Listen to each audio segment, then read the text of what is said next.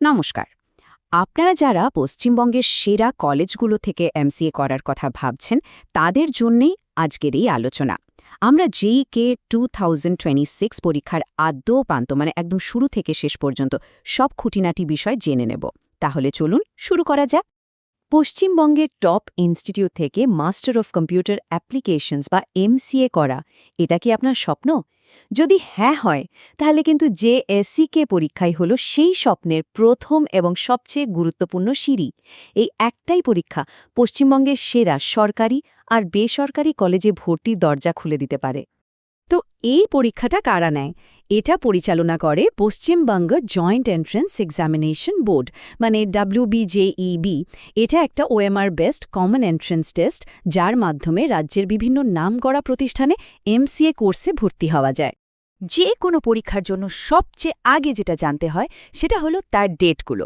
তো চলুন আর দেরি না করে দেখে নিই JCAT 2026-এর সব গুরুত্বপূর্ণ তারিখ, যাতে একটাও ডেডলাইন মিস না হয়ে যায়। দেখুন, অনলাইন অ্যাপ্লিকেশন কিন্তু শুরু হচ্ছে 9 এপ্রিল থেকে আর শেষ হচ্ছে 22 এপ্রিল।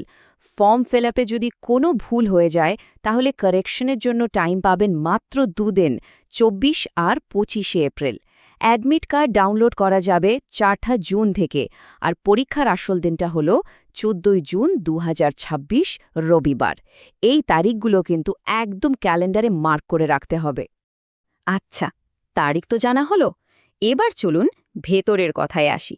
মানে পরীক্ষার প্যাটার্নটা ঠিক কীরকম হবে, পরীক্ষার হলে ঠিক কি হতে চলেছে, সেটা আগে থেকে জানা থাকলে কিন্তু কনফিডেন্সটাই বেড়ে যায়। পুরো পরীক্ষাটা হবে 2 ঘন্টার, টোটাল প্রশ্ন থাকবে 100টা, আর এই 100টা প্রশ্নকে দুটো ক্যাটেগরিতে ভাগ করা হয়েছে। ক্যাটেগরি 1-এ থাকবে 80টা প্রশ্ন, প্রত্যেকটার জন্য 1 নাম্বার। কিন্তু এখানে একটু সাবধান, প্রত্যেকটা ভুল উত্তরে কিন্তু 1-এর 4 নম্বর কাটা যাবে। আর ক্যাটেগরি 2-তে থাকছে 20টা প্রশ্ন, প্রতিটির জন্য 2 নম্বর করে। আর সবচেয়ে দারুণ ব্যাপার হলো এখানে কোনো নেগেটিভ মার্কিং নেই। স্কোরিং সিস্টেমটা বোঝা কিন্তু খুব জরুরি। ক্যাটেগরি 1-এ তো সিম্পল, একটাই ঠিক উত্তর, কিন্তু ক্যাটেগরি 2-র ব্যাপারটা ইন্টারেস্টিং। এখানে একটা বা তার বেশি উত্তরও ঠিক হতে পারে। যদি আপনি সবকটা ঠিক উত্তর মার্ক করেন তবেই পুরো 2 নম্বর পাবেন। তবে একটা দারুণ ব্যাপার আছে, যদি আপনি আংশিক সঠিক উত্তর দেন, মানে কয়েকটা ঠিক উত্তর মার্ক করেন, তাহলেও নম্বর পাবেন। শুধু খেয়াল রাখতে হবে যেন কোনো ভুল উত্তরে টিক না পড়ে। তার মানে কি দাঁড়ালো?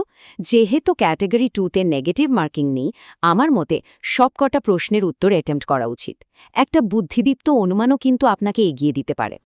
এবার আসি সিলেবাসে। দেখুন, কম্পিউটার সায়েন্সের কোর টপিকগুলোর উপরেই কিন্তু ফোকাস করা হয়েছে। যেমন প্রোগ্রামিংয়ের জন্য আছে সি আর অবজেক্ট ওরিয়েন্টেড প্রোগ্রামিং। তারপর সিস্টেমের দিক থেকে দেখলে Unix, operating system, computer network, এগুলো তো আছেই। আর ডেটা ম্যানেজমেন্ট আর সফটওয়্যার ডেভেলপমেন্টের জন্য DBMS আর সফটওয়্যার ইঞ্জিনিয়ারিং।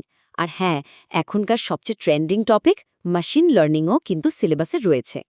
তো সিলেবাস তো জানা গেল, কিন্তু তার চেয়েও বড় প্রশ্ন হল এই পরীক্ষায় বসার জন্য কারা যোগ্য। চলুন এবার এলিজিবিলিটি ক্রাইটেরিয়াগুলো একদম পরিষ্কার করে বুঝে নিই। বেসিক শর্তগুলো কিন্তু খুব সহজ। প্রথমত, আপনাকে ভারতের নাগরিক হতে হবে, আর দ্বিতীয়ত, আপনি গ্র্যাজুয়েশনের ফাইনাল সেমেস্টারে পড়ছেন বা পাশ করে গেছেন। কিন্তু আসল ব্যাপারটা হলো কোন ইউনিভার্সিটির জন্য কি যোগ্যতা লাগবে সেটা কিন্তু আলাদা। এখানেই একটু মন দিয়ে দেখতে হবে। এই টেবিলটা দেখলেই ব্যাপারটা পরিষ্কার হয়ে যাবে। যেমন দেখুন, যাদবপুর ইউনিভার্সিটি, ক্যালকাটা ইউনিভার্সিটি আর ম্যাকআউটের জন্য কোয়ালিফাইং কোর্স, গ্র্যাজুয়েশনের পার্সেন্টেজ, এমনকি ক্লাস 12-এ ম্যাথসের নম্বরের শর্তও কিন্তু একদম আলাদা। তাই আমার সাজেশন হলো, ফর্ম ফিল আপের আগে অবশ্যই ইনফরমেশন বুলেটিনের অ্যাপেন্ডিক্স 9টা খুঁটিয়ে পড়বেন।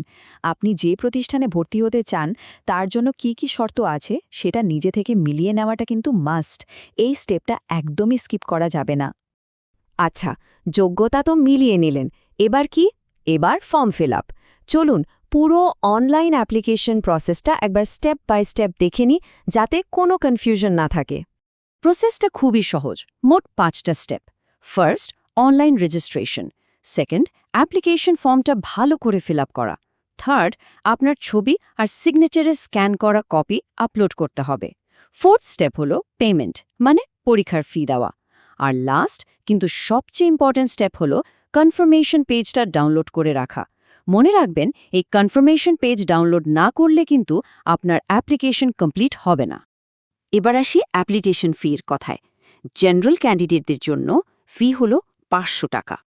আর যারা এসসি, এসটি, ওবিসি, ইডব্লিউএস বা থার্ড জেন্ডার ক্যাটেগরিতে পড়ছেন তাদের জন্য ফি একটু কম, 400 টাকা। হ্যাঁ, এর সাথে কিন্তু ব্যাংকের সার্ভিস চার্জ যোগ হতে পারে, সেটা মাথায় রাখবেন। ফর্ম ফিল আপের সময় কয়েকটা জিনিস কিন্তু ভুললে চলবে না। এমন একটা মোবাইল নম্বর আর ইমেল আইডি দেবেন যেটা সবসময় চালু থাকে। 2, আপনার নাম, বাবার নাম, জন্ম তারিখ, এই বেসিক ডিটেলসগুলো একবার সাবমিট করে দিলে আর চেঞ্জ করা যায় না, তাই খুব সাবধানে ফিল আপ করবেন। 3, ছবি আর সই যেন একদম পরিষ্কার হয়। আর 4 নম্বর পয়েন্ট, আপনার পাসওয়ার্ড কিন্তু একান্তই আপনার, এটা একদমই কারোর সাথে শেয়ার করবেন না।